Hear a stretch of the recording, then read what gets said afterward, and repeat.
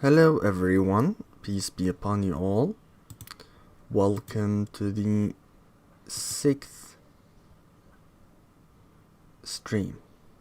Stream number 6, where we are going to start with section 6, which is funny. Anyway, in chapter 2, phonology. How many phones does English have? Forget about this part, we have read it. Phonology investigates the sound differences that are linguistically relevant in a language and how the sounds pattern as a system. Okay, let's see. Phonemes and allophones. The bilabial stops in the three words ban, pan, and span are all phonetically different. B and P and P respectively. However, to native speakers of English, the P and P of the second and third words are the same sound, while the B of the first word is perceived as a different sound.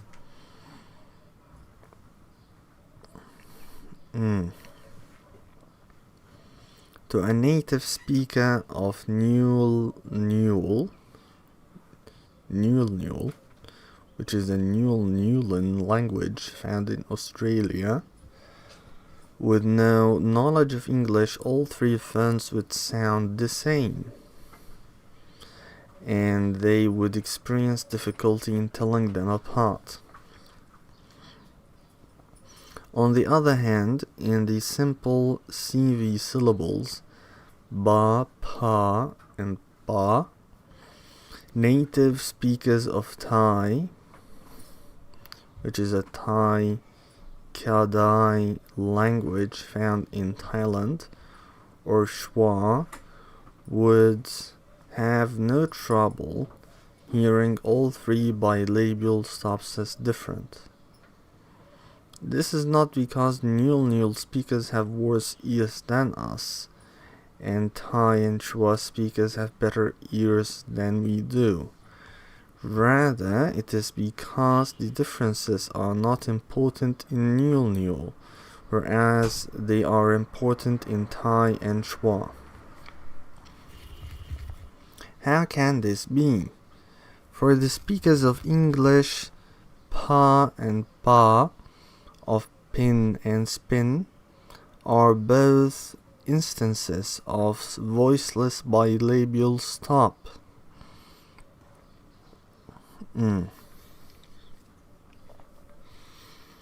You cannot get a different word by placing one of the phones by the other.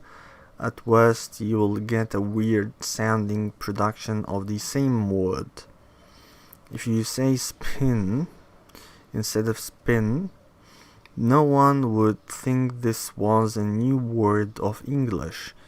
They would still interpret it as spin.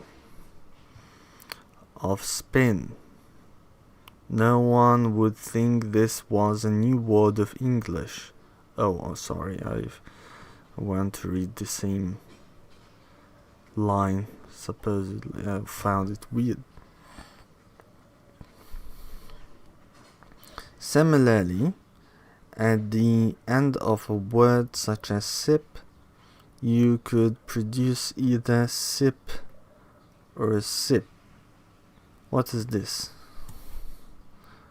I don't remember.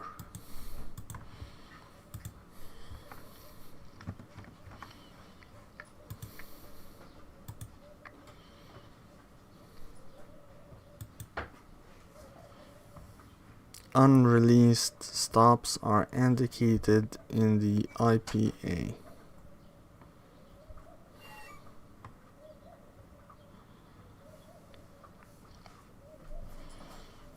If you say my pet dog, okay,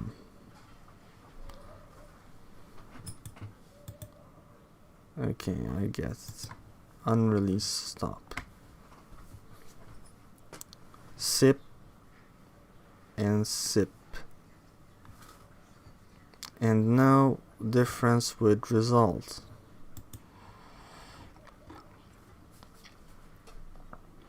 But you do get a difference if you replace the p at the beginning of pin with a b. You have another word, bin, with a completely different and unrelated meaning.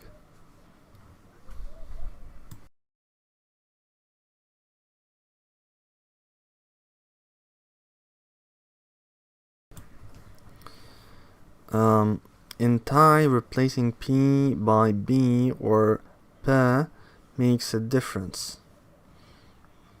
The word Pai means aunt. If you were to replace the first phone by a B, you would get by, crazy. And if you replace it by a P, you would get pie, cloth. These are three completely different words in Thai, no more related than English, pin and bin. A similar situation exists in Chua. The phones P and P one which is not aspirated, one which is aspirated, one which is a stop, which is unreleased, do not contrast with one another in English. The differences between them are said to be non-contrastive.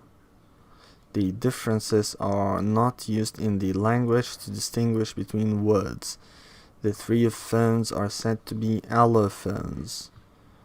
The allo comes from Greek allos, other, literally other sounds.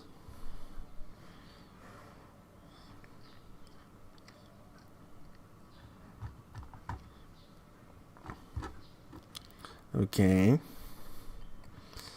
The difference between P and B is significant in English. P and B contrast, and the difference between them is contrastive. These phones are not allophones in English, but represent distinct phonemes. In Thai and Chua, B and P and P are all contrast, and so represent three distinct phonemes. In Nul, all three phones can be heard in speech but do not contrast with one another. They are thus allophones of a single phoneme. English, Thai, Chua, and Nul organize the phonetic reality in three different ways.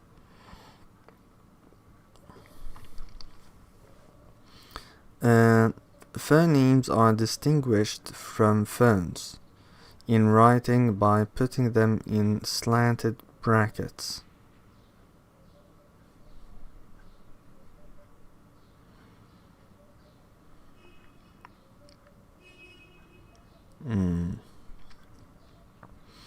Thus, P indicates the voiceless bilabal stop phoneme that has in English allophones P, and up, and is different from the phoneme B.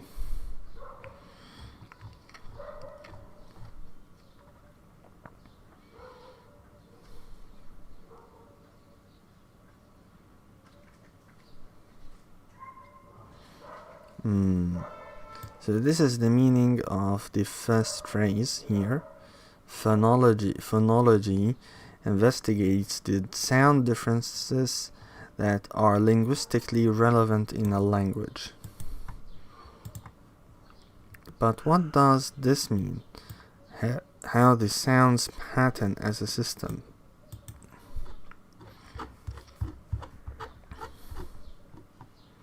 That is the mouse wheel.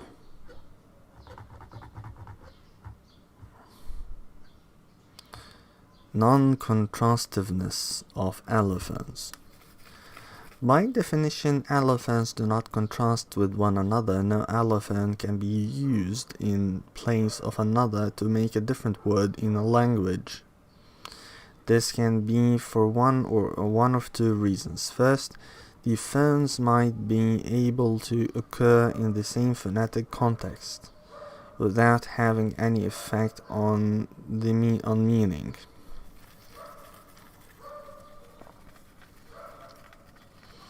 In this case, the phones are said to be in free variation.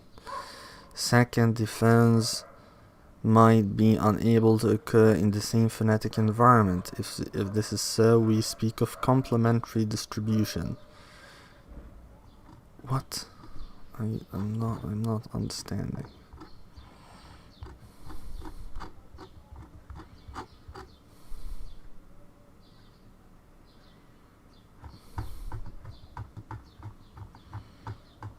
How many sections do we have?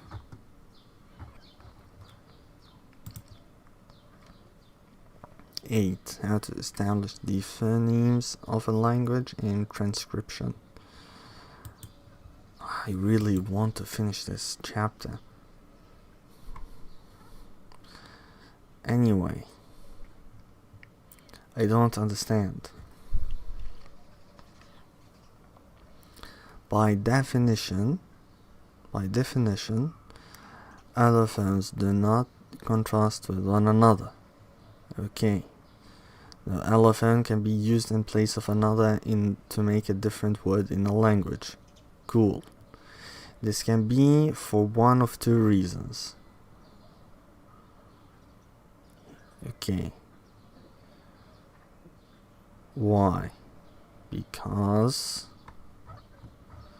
we have said here because.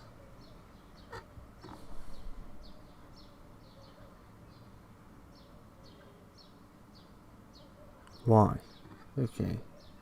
Why? First, the phones might be able to occur in the same phonetic context. The phones might be able to occur in the same phonetic context.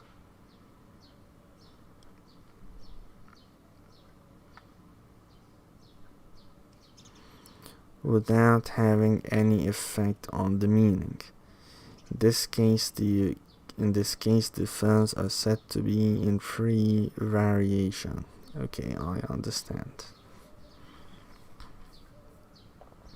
Second, the phones might be unable to occur in the same phonetic environment. If this is so, we speak of complementary distribution. Do you understand why phones in either free variation or complementary distribution cannot contrast? Think carefully about it. This is the crucial point to understand.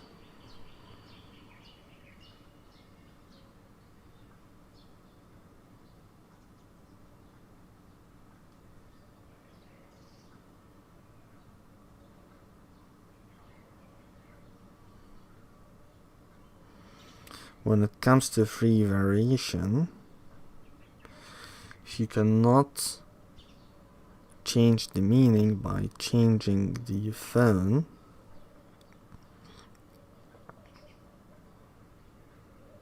then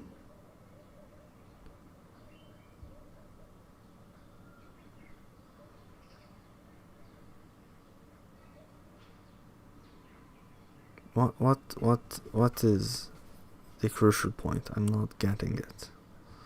Okay, let's read and come back to this again later after seeing the explanation.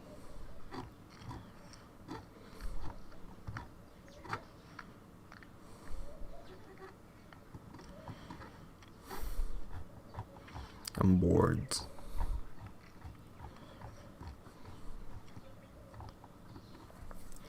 Free variation. I'm here to just complain, right? Let me complain.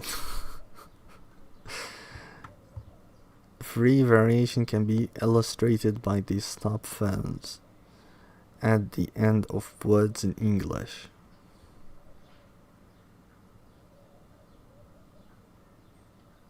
Which may be either released or unreleased. The wood slab can be produced either by a final released B or an unreleased B. In Gunyandi, the phones E and L, a lateral made with the blade of the tongue touching the back of the upper teeth, are in free variation at the end of a syllable and after a low vowel. So the words Galiba,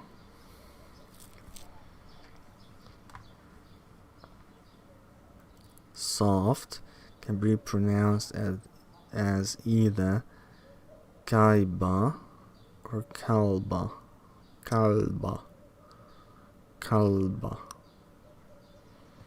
And at the end of the word in Gunyandi, the tap, trill, or and the flap, or I forgot the difference between tap, trill, and flap.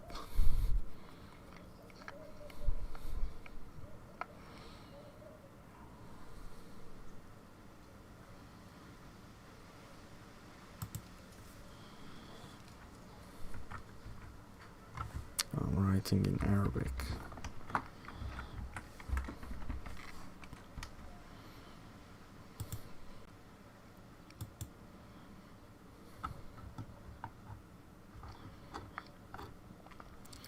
Demrotic is used for R-like sounds. Those sounds represented in IPA by some variation of the Latin letter R.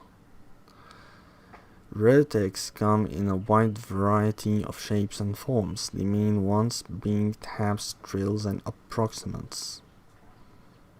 Taps or flaps involve a single rapid short closure. Trills are phones consisting of two or more rapid taps.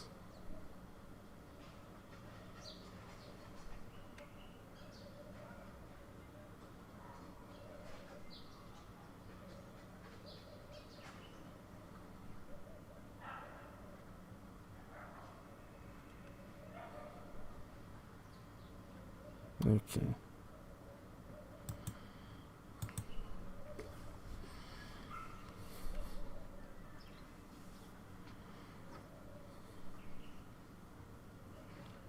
He said that tap and flap are the same, right?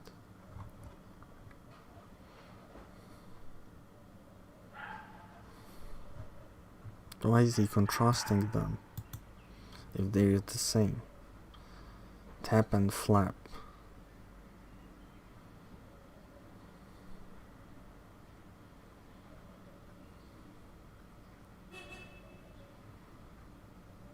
I don't know.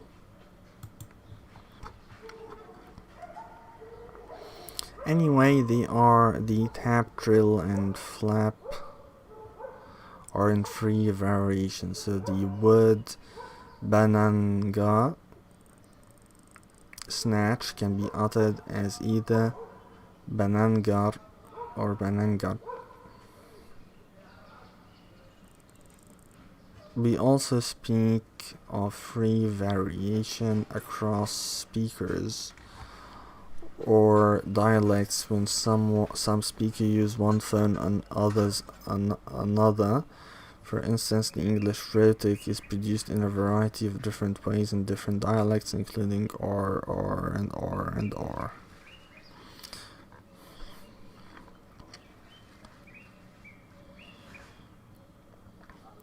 complementary distribution. The fins P and P in English are in complementary distribution. Unaspirated P occurs after S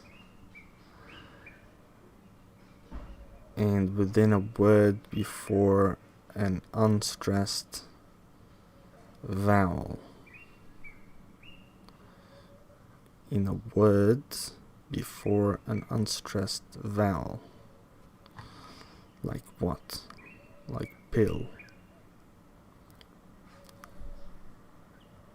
Pill. Pill. Pill.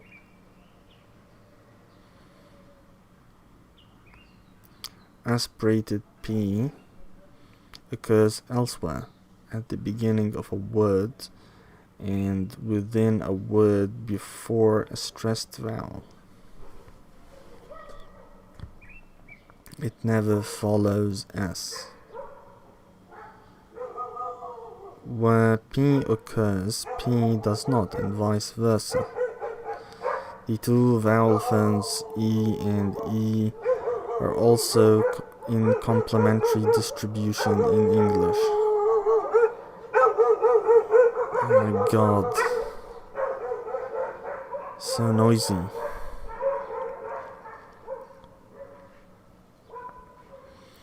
The two vowel fins I and I are also in complementary distribution in English. The oral vowel occurs in words like sip and spit and pill. The nasal vowel occurs in words like sin and sing. More precisely, the nasal vowel occurs before a nasal consonant in the same syllable. More precisely, the nasal vowel occurs before a nasal consonant in the same syllable. The oral vowel occurs elsewhere. Okay. But how does this cause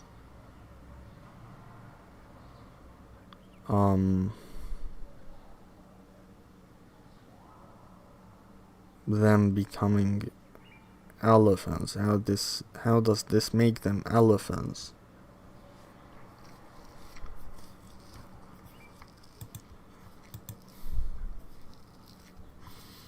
Anyway, rules of realization.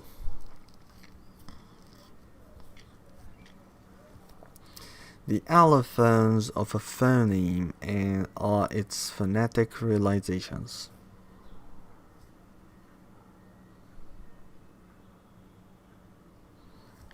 Okay. The phonetic substances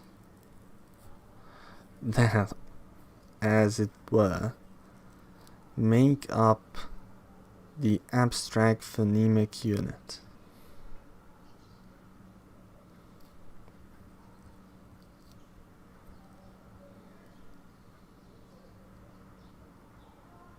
What does the phonetic substances that, as it were, mean?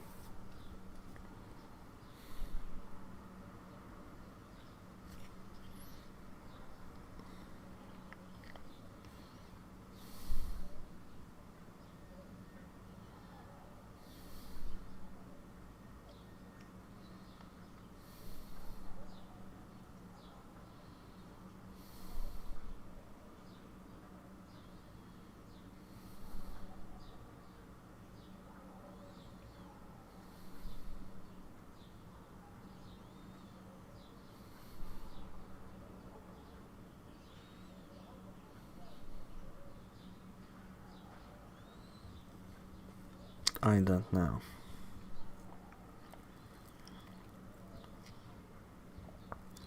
Below are a few phonemes of English together with their allophonic realizations. This list is incomplete. There are other phonemes in English and those shown have other allophones. Okay, cool. Wow. Some of the allophones shown above are in free variation.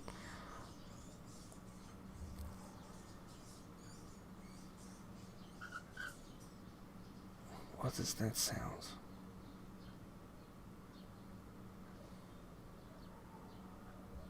Is that are these mice fighting or something?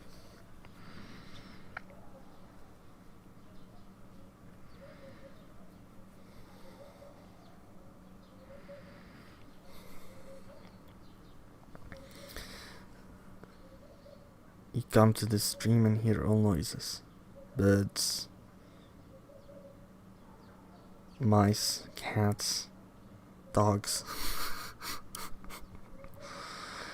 Some of the allophones shown above are in free variation. Other allophones are conditioned by the surrounding phonetic context.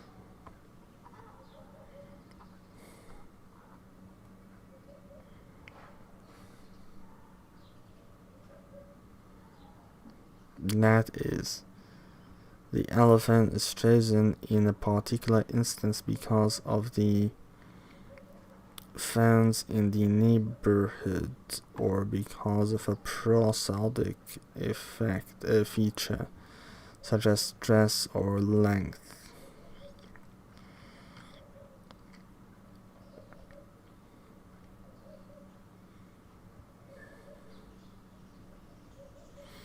Other allophones are conditioned by the surrounding phonetic context.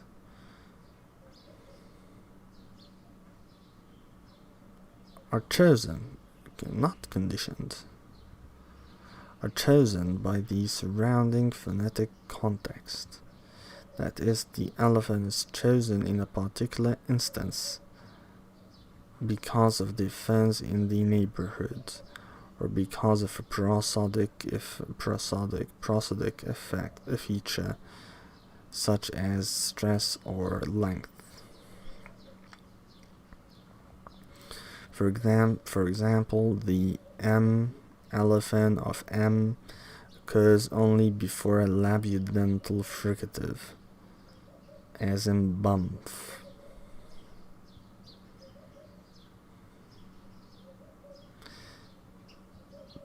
It is conditioned by the following sound. We can express this as a rule. M is realized as labiodental M.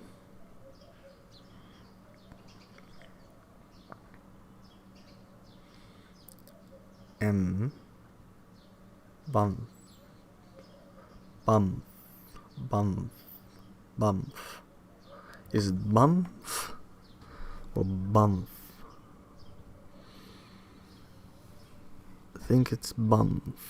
Bump is realized as labiodental F. M. Not F, sorry.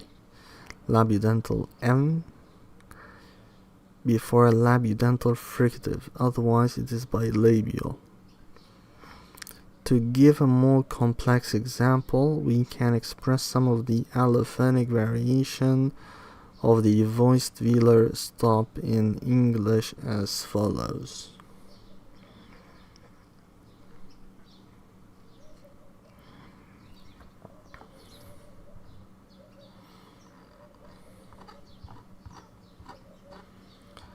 Almost done.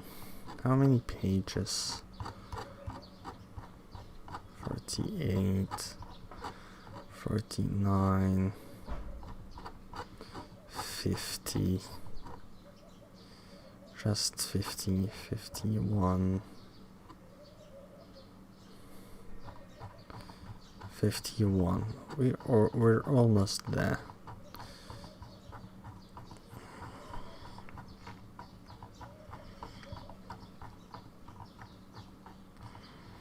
We are in 46. got 5 pages to go.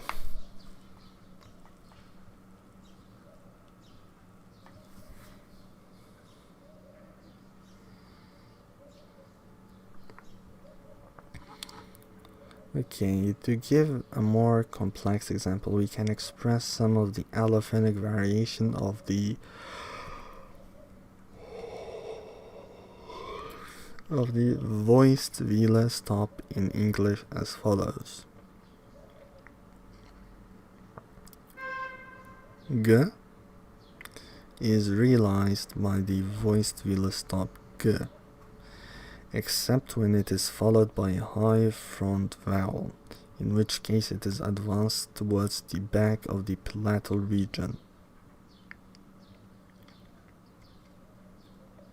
G, G, G, G, G, G. Like what? Give me an example. Why didn't he give an example? It is followed by the high back vowel U, or the labiodental velar glide W, in which case it is labialized. Gu. Like what? Give me an example. And before another stop or nasal in the same. Let's think of an example. Let's make up a word. We don't have to find an actual English word.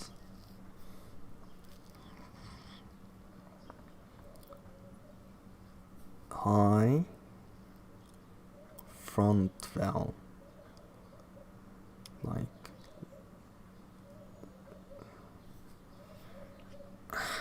what? I forgot how to pronounce the different vowels.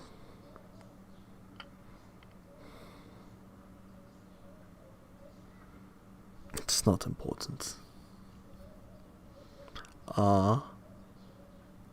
E, like E. Okay. G, G, G. Okay, I get it. G. It is followed by the high vowel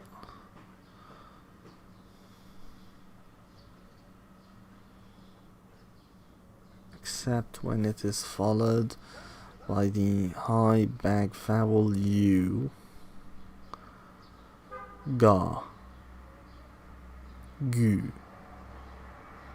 gu,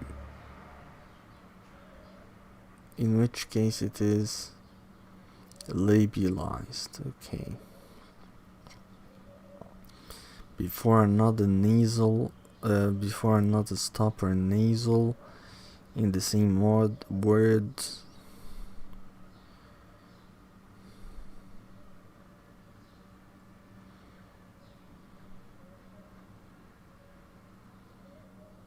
And optionally at the end of a word. It is unreleased.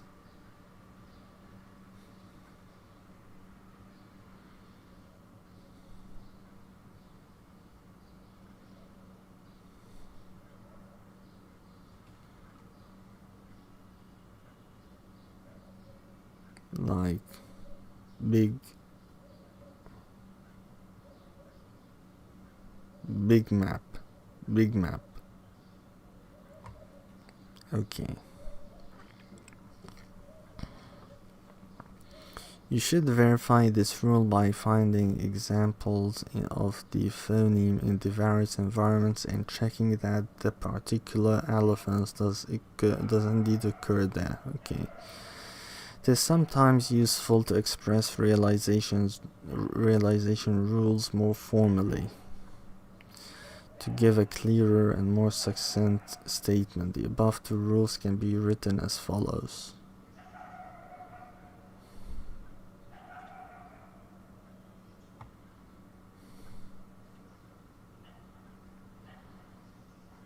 What?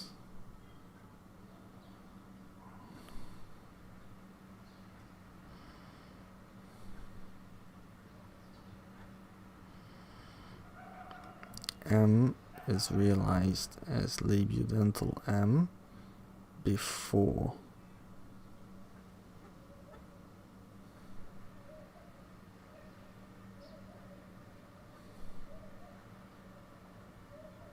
when it is before. I think this means when it is, and this means before.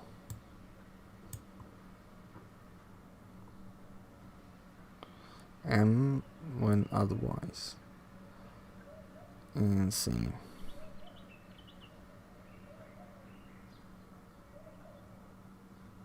I don't get the last one.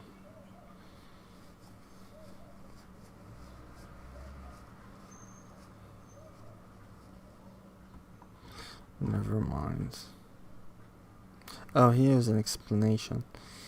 In these rules, the arrow indicates is realized as the slash is said to be read in the environment. The underline indicates where the segment occurs. The hashtag symbol marks a word boundary and braces either a single one or a pair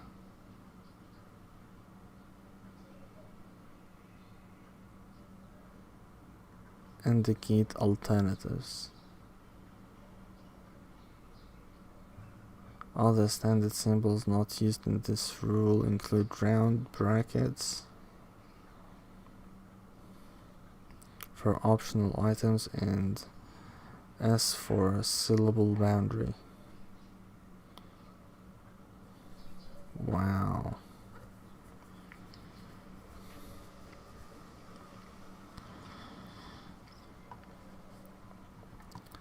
How to establish the phonemes of a language. Is it long?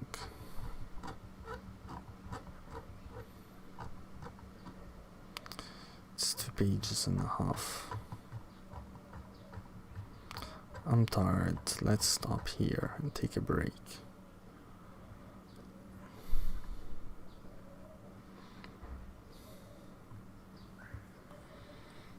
I wish I could drink water, but we are in Ramadan. Ramadan.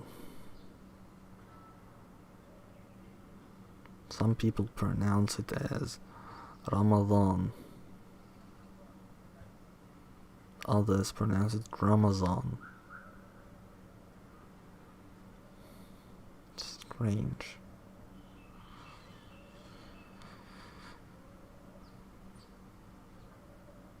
The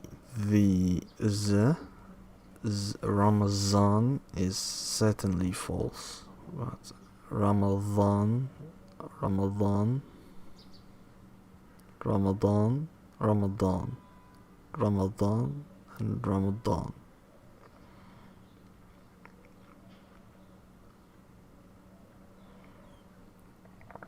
Are close phonemes. Phones, sorry, not phonemes.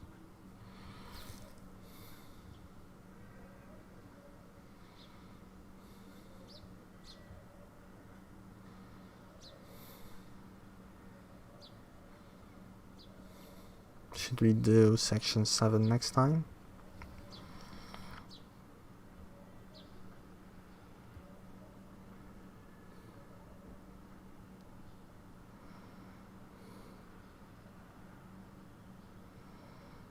No, we should continue. I'm still wide awake, even though it's 9 AM.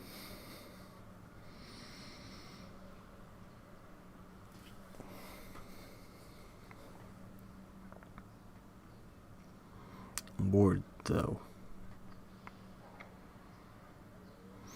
Let's continue. How to establish the phonemes of a language. All the human languages distinguish a limited number of phonemes. Between 10 All human languages distinguish a limited number of phonemes. Between 10 for Piraha, which is a Moura language found in Brazil, and just over 100 for some Khoisan languages of Southern Africa. Wow. For example, Zulu,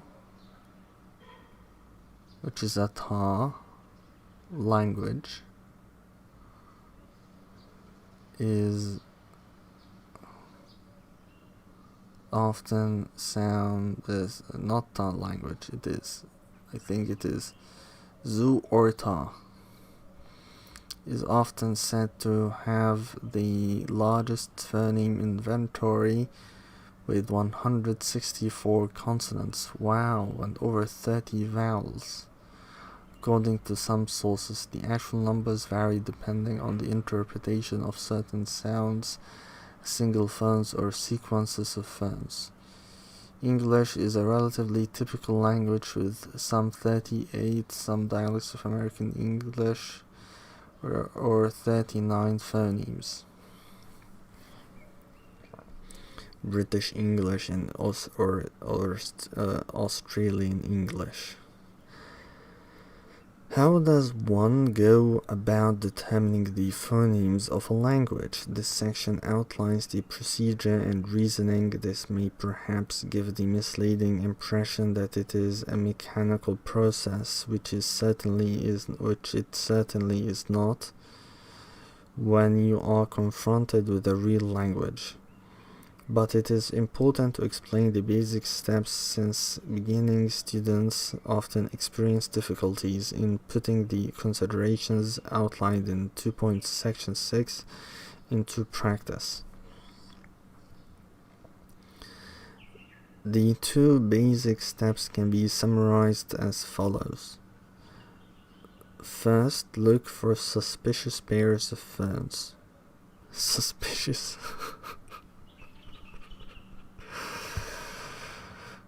What is the crime? Sorry, that was not funny.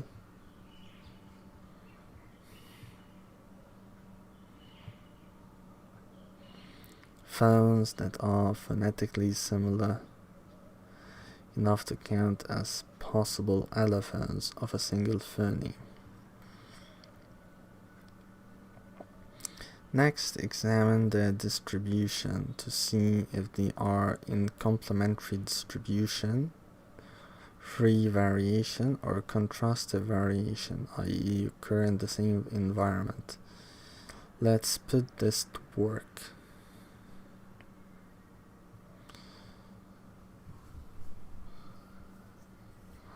Okay. Example. Gunyandi has stop phones D and D, both made with the tip of the tongue in roughly the same region, the alveolar ridge, and just behind it. So D and D. D and D. They are illustrated in the following short but representative list. Fudu, Wada, Lambadi, Fudu. This is the same word. Different words. So D and D are not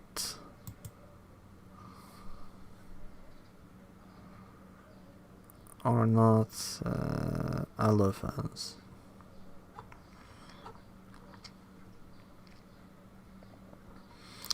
The phones D and D are phonetically similar suspicious pairs and we must determine whether they are allophones of a single phoneme, like their counterparts in some dialects of English, or separate phonemes.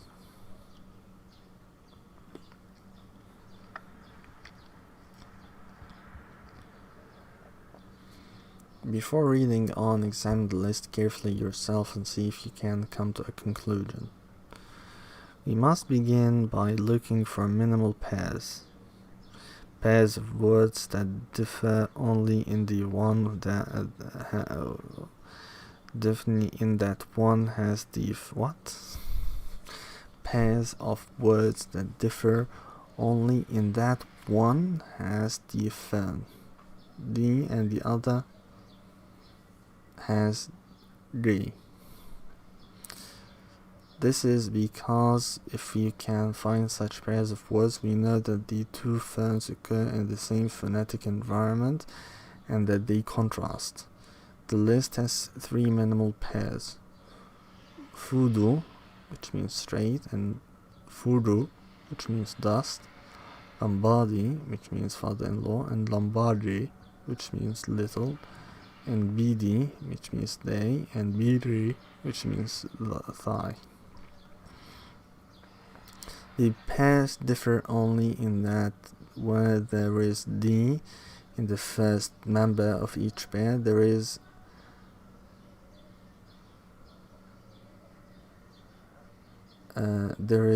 D in the second. We have to conclude that D and D contrast and cannot be allophones of a single phoneme. They must represent two different phonemes, which we naturally write D and D.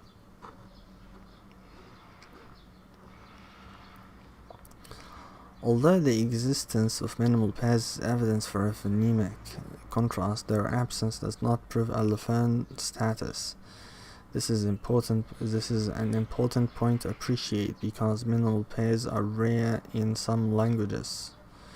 Lacking minimal pairs, one sometimes has to be satisfied with near minimal pairs. That is, with pairs of words that differ not just in the targeted segment but in others as well. Examples of near minimal pairs of D and D in the list above are luwadi, shoulder, and largadi, bulb tree, and taridi, heavy, and bidi, thigh. Can you hear the guys screaming gas? He's selling gas.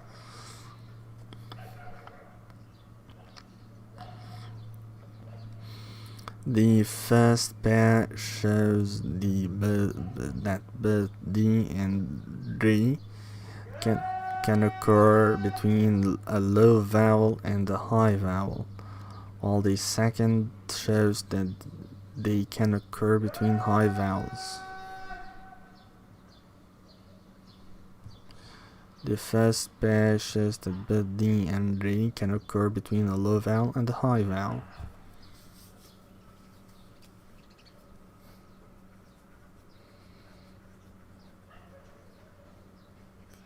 First pair: luwadi and largadi, while the second shows they can occur between high vowels. Okay. Nothing in the wider phonetic environment is likely to guarantee the occurrence of one of the other of these phones, and we can conclude that they belong to separate phonemes.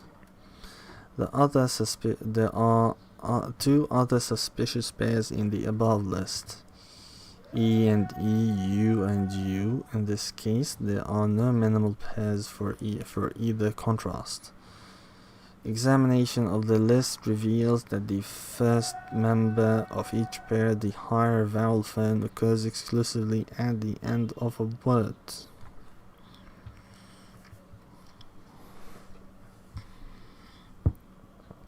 While the second member, the lower phone, occurs within words. They are in complementary distribution.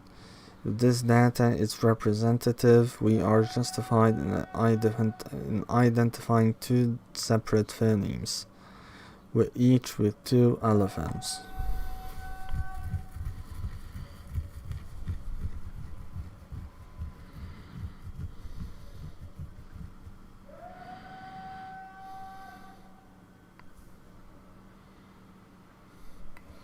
Beginning students sometimes wonder which of the allophone symbols should be chosen as the label for the phoneme. The answer is that it doesn't matter. We could equally have chosen to call the two phonemes just discussed E and U, and even these. Practicality is the main guiding principle. It makes sense to use familiar symbols that are easiest to type.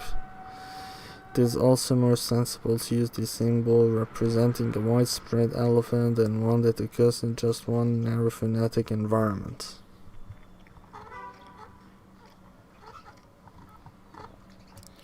Why focus on suspicious pairs? In deciding on the phonemes of a language, it is sensible to focus on phonetically similar phones.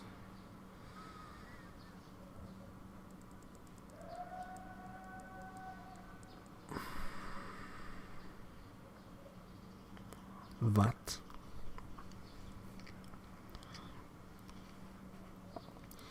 Can you elaborate, Mr.?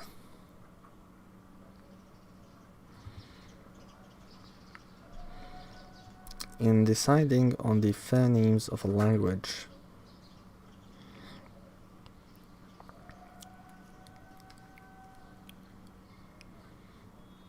it is sensible to focus on phonetically similar phones. Suspicious pairs.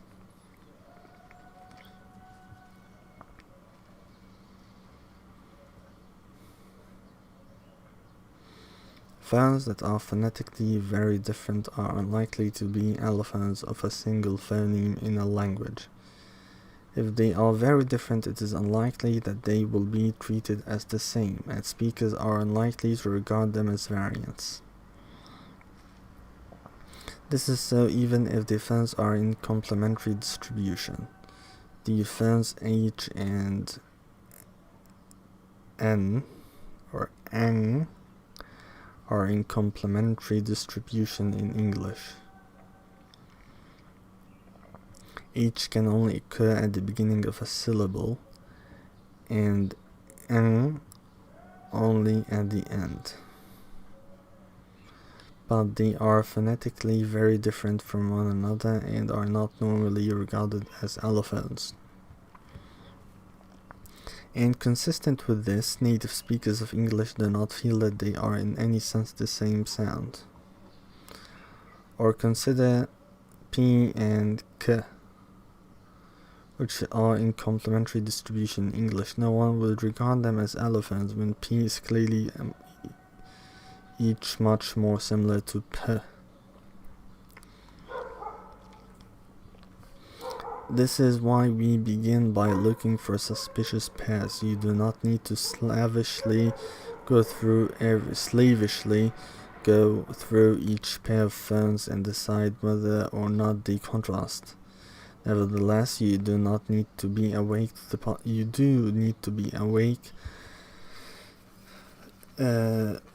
to the possibility that phones that initially seem phonetically different to you might be allophones in the language.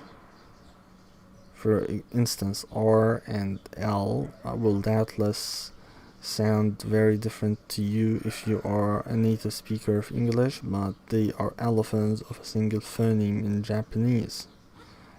Really. That's why they mess up the R and L in the pronunciation. Transcription. An accurate representation of speech and writing is called a transcription.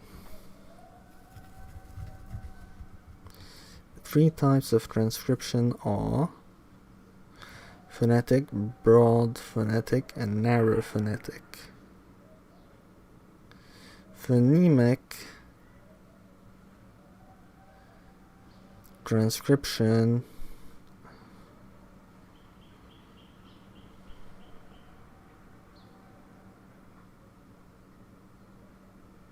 let me take a break.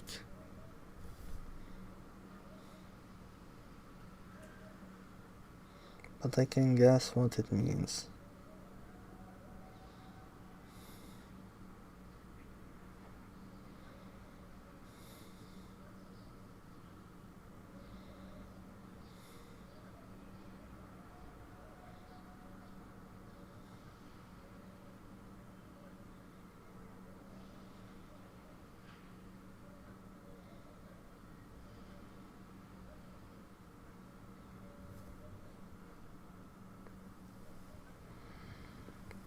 I want to drink water.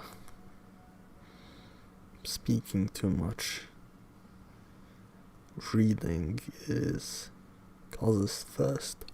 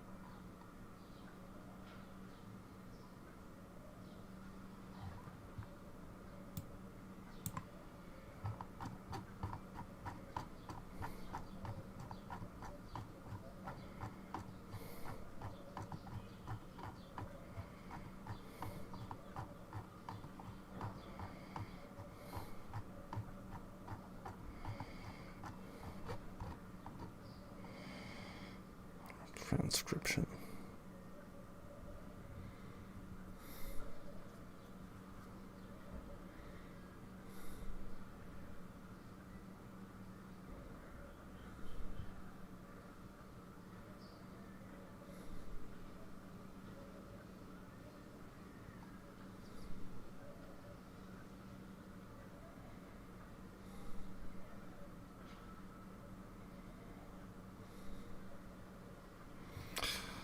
I want to drink water.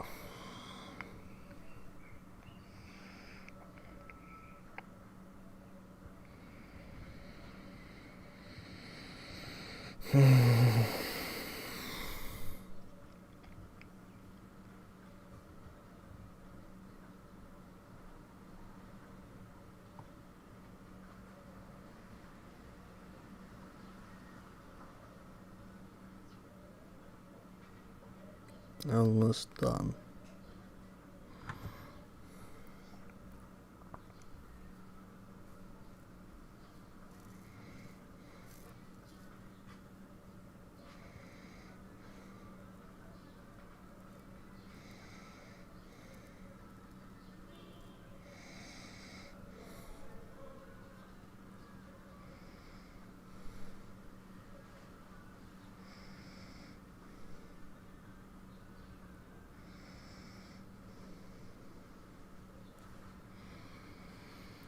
An accurate representation of speech in writing. Okay. Phonemic transcription represents the spoken word phonemically. And by convention, it is enclosed in slashes. A phonemic transcription can be useful for many purposes. For instances in a dictionary accompanying the standard orthographic representation of a word, the phonemic representation might provide information not predictable from the spelling. With knowledge of the rules of realization and dialectical variation, a user could pronounce the word accurately. It is more economical for the dictionary maker to use phonemic representations than to try and represent the range of phonetic variation of each word. What? It is more economical for the dictionary maker to use phonemic representations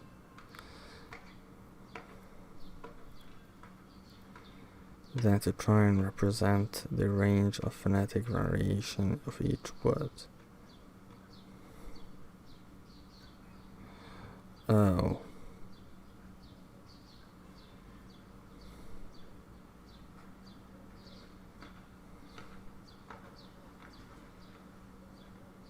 So he makes a distinction between phonemic representation and phonetic variation.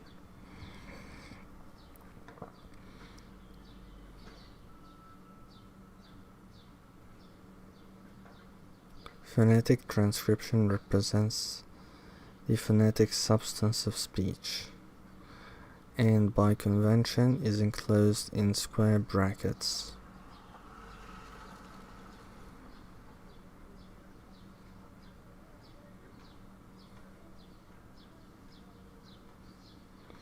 The IPA or a variant of it is generally used for phonetic transcription. Phonetic transcription can never be absolutely and completely precise, and the two types broad and narrow refer to extremes of accuracy in representation.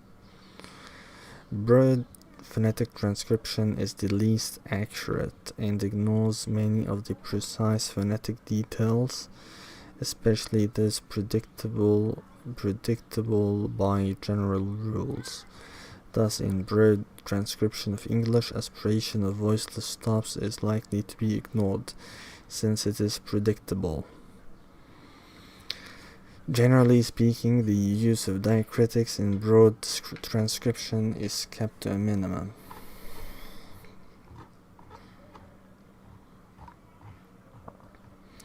Broad transcription is quite similar to phonemic transcription. However, they are not the same thing, since the units represented are completely different. It is quite possible, for example, to make a broad transcription of utterances in a language you do not know and have not analyzed.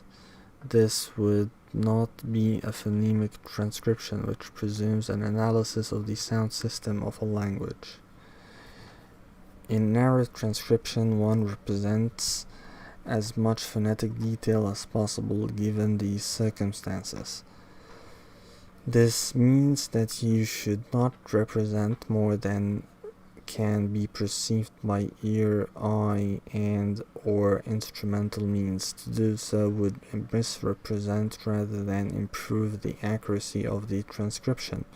In a narrow transcription of English, one would indicate such things as the aspiration of voiceless stops, velar quality of the lateral, and so forth. Broad and narrow phonetic transcriptions differ in degree in the accuracy of representation.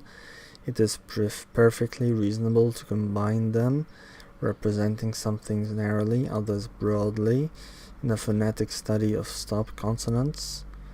In a language, it would make sense to represent vowels and other consonants fairly broadly, especially those not in the immediate environment of the targeted phones, and the stops narrowly. Below are three transcriptions of a simple English sentence to illustrate the three types of transcription. Notice that in this case the phonemic and broad phonetic transcriptions are slightly different in that stress is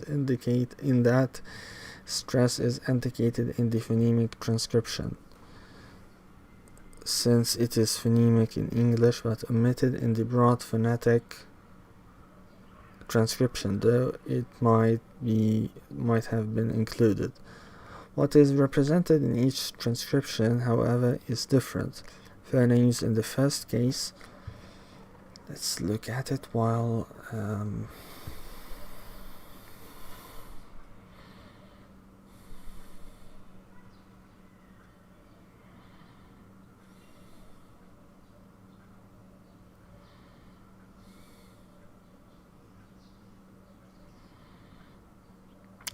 reading.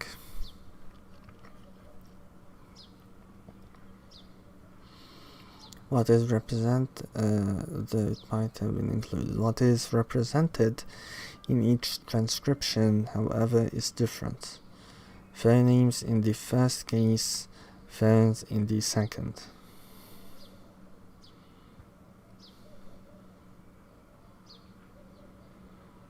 I lost focus.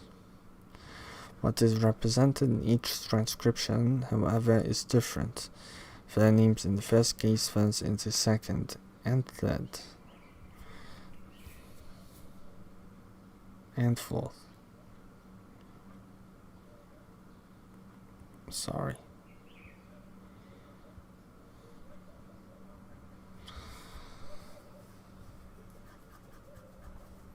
The narrow transcription represents a spoken version of the sentence in standard Australian English, which can be found on the website for this book. It's not as narrow as it could have been. For instance, stress and intonation are not represented. As an exercise, you could try to improve its accuracy by marking in these features. On the other hand, words have been separated even though no phonetic or phonemic indications occur. This is for reasons of comprehensibility. Cool. The farmer kissed the duckling. Summing up. This is important to see if we remember everything or not.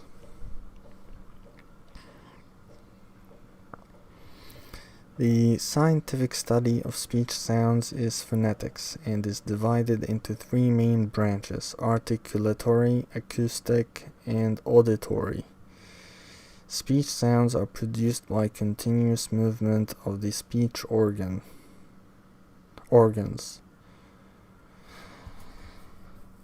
The continuous stream can be divided into discrete segments called phones.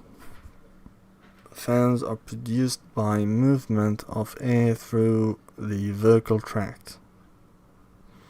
This air normally comes from the lungs and is pushed through the vocal tract and out of the mouth and or nose. This is the aggressive pulmonic airstream. Speech sounds can also be produced on an ingressive pulmonic airstream. Some languages use velaric or glottalic airstreams.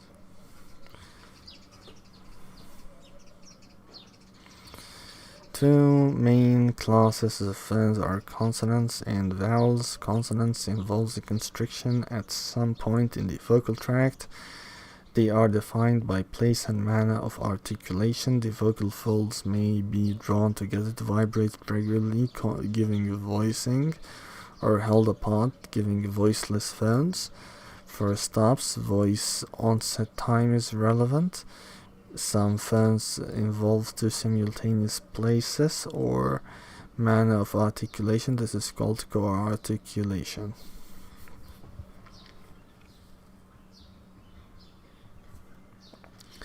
Vowels do not involve a constriction in the vocal tract.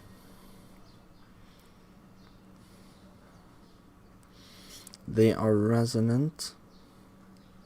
I forgot about the voice onset time. Frankly, I don't remember what it is.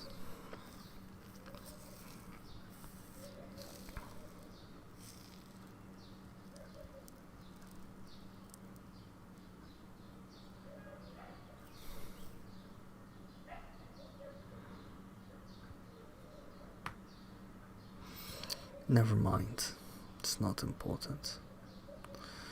Vowels do not involve a constriction in the vocal tract. They are resonant sounds characterized by the position of the highest point of the tongue and the shape of the lips. Vowels are almost always voiced and are normally oral.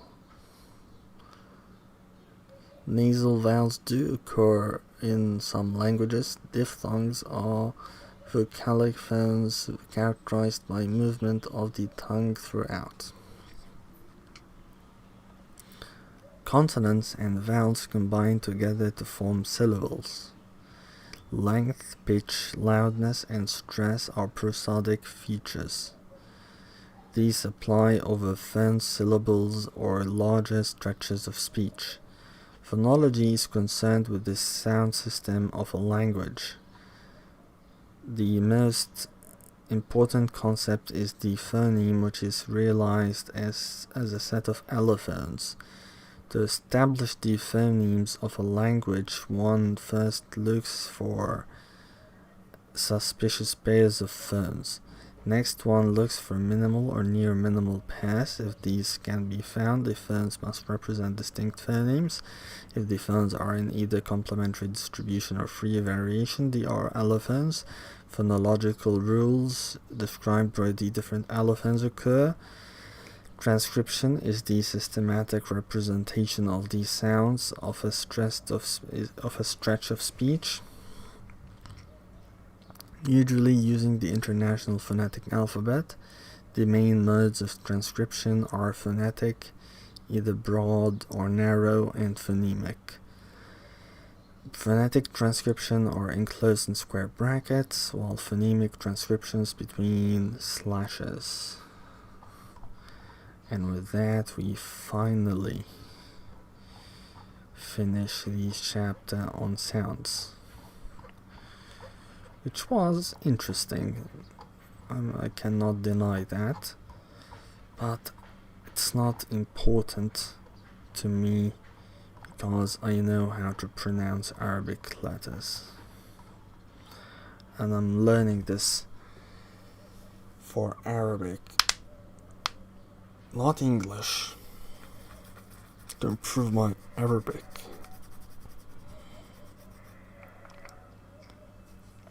It might matter for just one letter, which is the dad or lad, or lad, however it's pronounced. Lad, lad, lad, lad.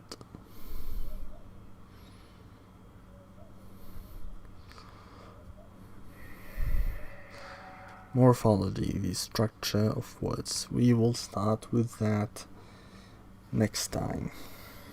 Or should we start?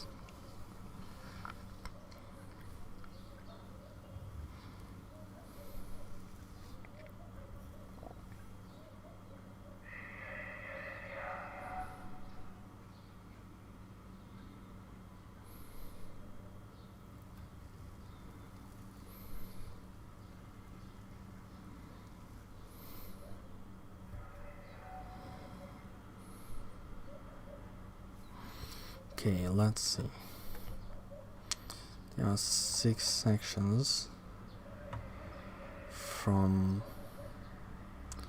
55 to 75. 20 pages. Damn. But it's important. Words. Section 1, words. Notion of the word.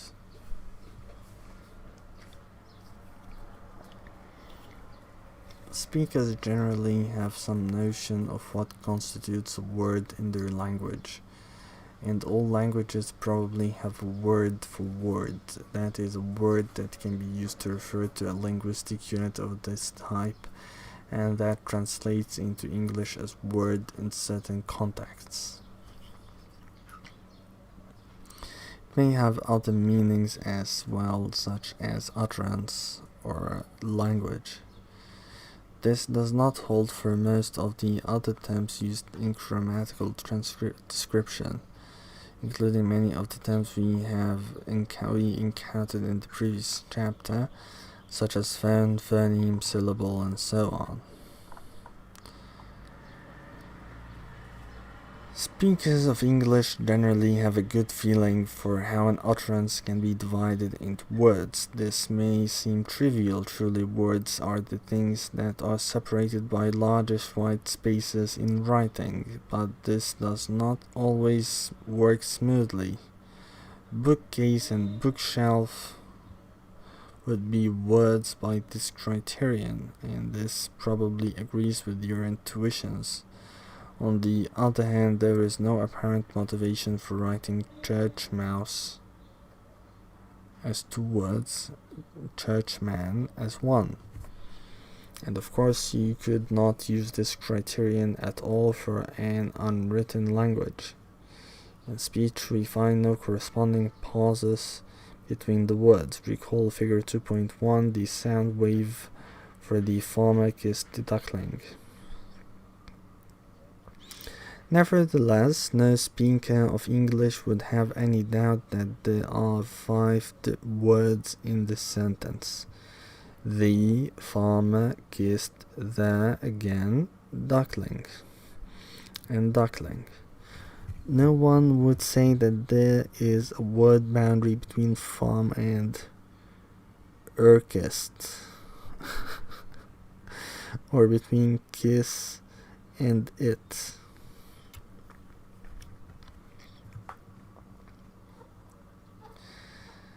Although no pauses occur between the words of okay, this is enough. I'm really tired. Let's stop here. Or should we read until the structure of words? Let's read this bit.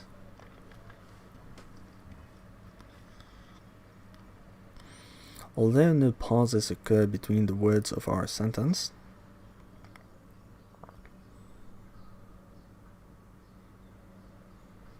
you could potentially pause at any of the word boundaries in uttering the sentence. You put an or in between the words, as you might do in hesitating while trying to think of the right word. You could say, for instance, the farmer kissed the duckling, where the pause represents where the dots represent a pause, or the farmer kissed the duckling. But you can't put pauses within the words. You wouldn't say the farmer kissed the duckling, or the farmer kissed the duckling, or the farmer kissed the duckling. In the last case, you would rather say duckling, saying the full form rather than part of it. We can extend this observation. First, notice that each word in the example sentence can be separated from its neighbor by another word. The hairy farmer always kisses all the little ducklings. The second, each word can stand alone as an utterance.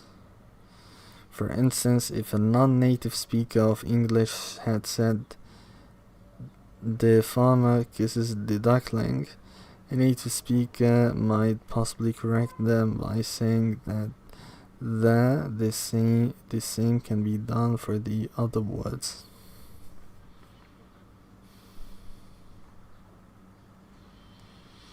But only full words would be corrected in this way. No native speaker would correct the farmer kissed the duckling with just ling or l. They would repeat the whole word duckling, with perhaps extra emphasis on the final syllable.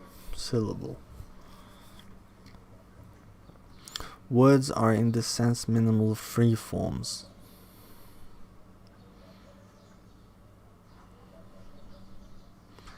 With a degree of independence from other words in this sentence. Minimal free forms? What does this mean? First, they can be separated from the other words. This gives us the free bit. Second, they cannot be divided into smaller parts, each of which has such freedom giving the minimal bit. Observe the farmer is a minimal free form, since in our sentence farm cannot be separated from or, which does not have freedom of occurrence. Of course, in other sentences, the farm is where the duckling was kissed. Farm may be the minimal free form. Returning to our earlier examples, church mouse and church man, can you now decide whether they are each single words or two words?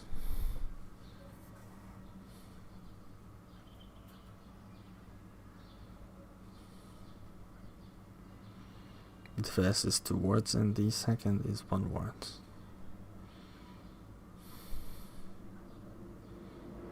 That is just arbitrary decision. There is no correct answer.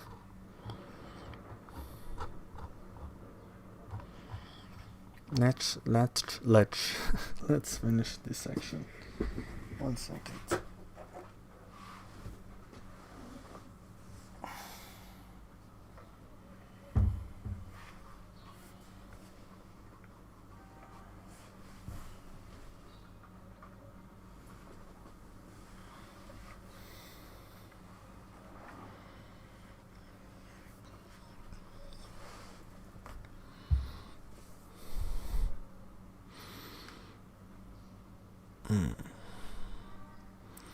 The structure of words. We begin by drawing a distinction between simple words, like farm, kiss and duck, that have no internal structure, and complex words like farmer, kissed and duckling, that do have internal structure.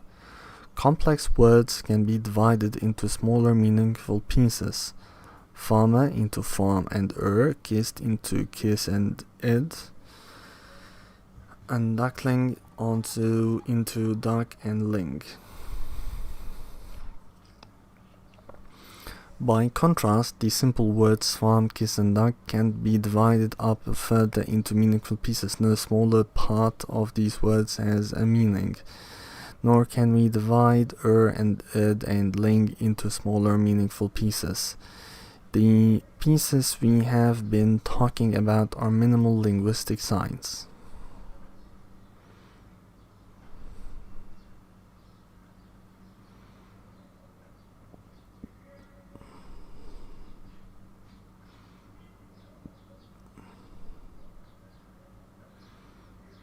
They have a form and a meaning.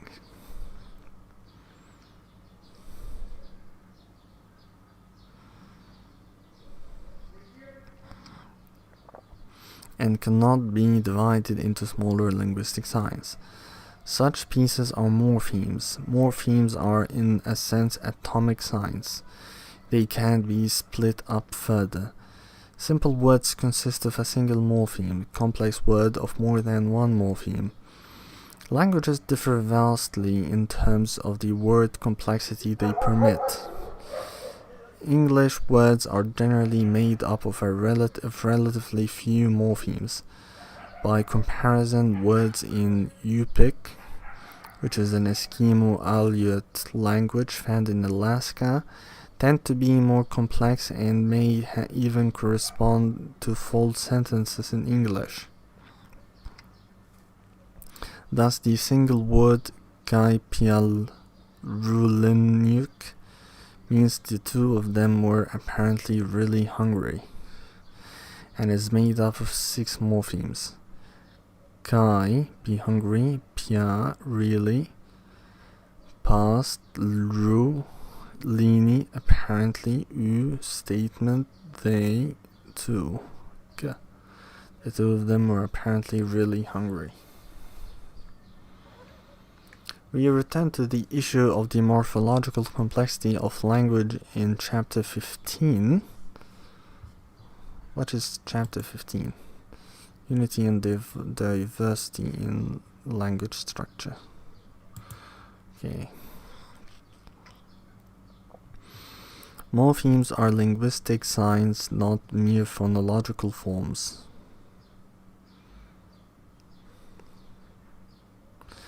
The word duct, referring to a type of tube, contains the phoneme string duck, found at the beginning of duckling, which we separated off as a morpheme, as well as T, which is found in finished and means pastime. But duct is a simple, not complex word and does not mean anything like a duck in the past. Or a one-time duck. To identify a morpheme requires that we identify a repeated form, meaning correlation, not just a repeated form or meaning. And with that, we reach the end of the stream. Thank you for watching. If you have watched, I don't see anyone watching, but whatever. And see you next time. Yeah, I think people will most likely watch this in the future. This video will be found in the next 1,000 years or something. And goodbye.